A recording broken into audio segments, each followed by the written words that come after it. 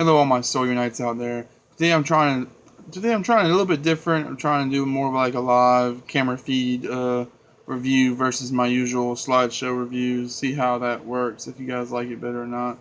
Today I'm reviewing Thor #1, Marvel's new comic books Thor comic book series, and it's I picked it up mainly because it's issue 1 and mainly because it has a really cool cover art, but it's not really like a solid it's not really a #1 in the traditional sense. It's more of a just continuation of what's going on. Jane Foster, who was Thor for a while, I wasn't really never big on that, but I never really kept up with that whole storyline. But apparently she got cancer or something, and she can't be Thor anymore. And apparently, our original Thor is now. It's weird saying that. Like, I didn't know it was a mantle. I thought it was just his name. I didn't think there was a mantle to it. Like Thor could be a different person. It just seems weird to me.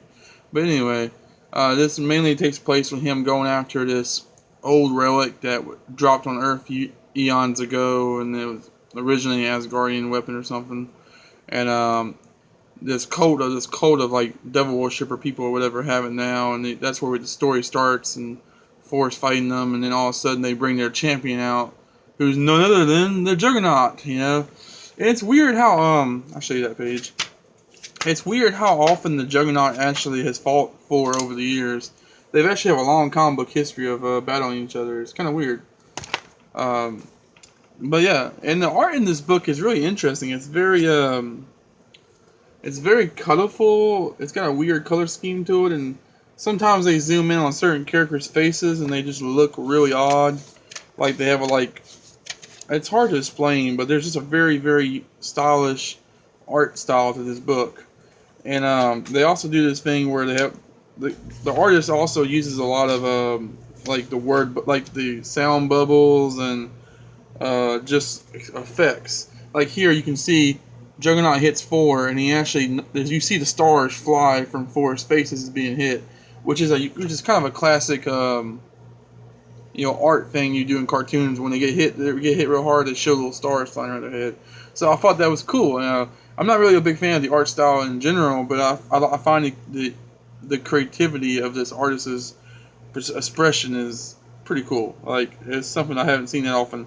Or like here, you see Thor calls up a thunderbolt to fly away or whatever, and you see like the thunder in the background, or the lightning, I mean.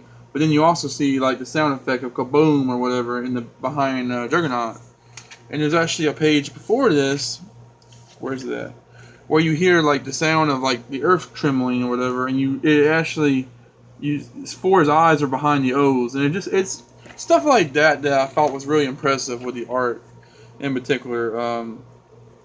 Story-wise, it's not like the most creative story in the world. I mean, it's basically Thor is gearing up for a war with some other people or whatever, and he's going around grabbing relics from different areas that are like they're in different places, and like one's in Atlantis, so he has to fight the Submariner. One's over there at the temple where Juggernaut stays or whatever. They're all over the place, and so it's him just going back and forth, and then him and Loki eventually meet up, and there's some bad blood, of course, and it ends with them going to hell and to fight in some big war. So it's overall it's a pretty cool issue. The art style is very unique, and you're either gonna love it or you're gonna hate it. The story is okay itself. There's a B story in here, like a separate B story in here that's actually pretty cool. It's basically kind of like an old man Thor story. It's like it says untold eons from now, where Thor is like wrestling a shark. Old man. He looks really old. He's got one eye. He's got one hand. He's very very grizzled, kind of skinny, actually, weird. And he's the god. Now he's the All Father instead of Odin. And you see that he's got this little group of people, like his granddaughters and everything, and they're traveling around. And there's I won't spoil it for you, I guess, but there's a really cool appearance by another classic Marvel character that's still around by this time in the future, and him and Thor get into a confrontation, and it's really cool. Because it's a character that you would never really think would fight for, you would never think it would ever happen. At least I wouldn't, not in that kind of scale. So overall, I think it's a cool issue. it's not like I'm not gonna probably not gonna keep up with the series or anything, but the art is very interesting. I think the art's a selling point.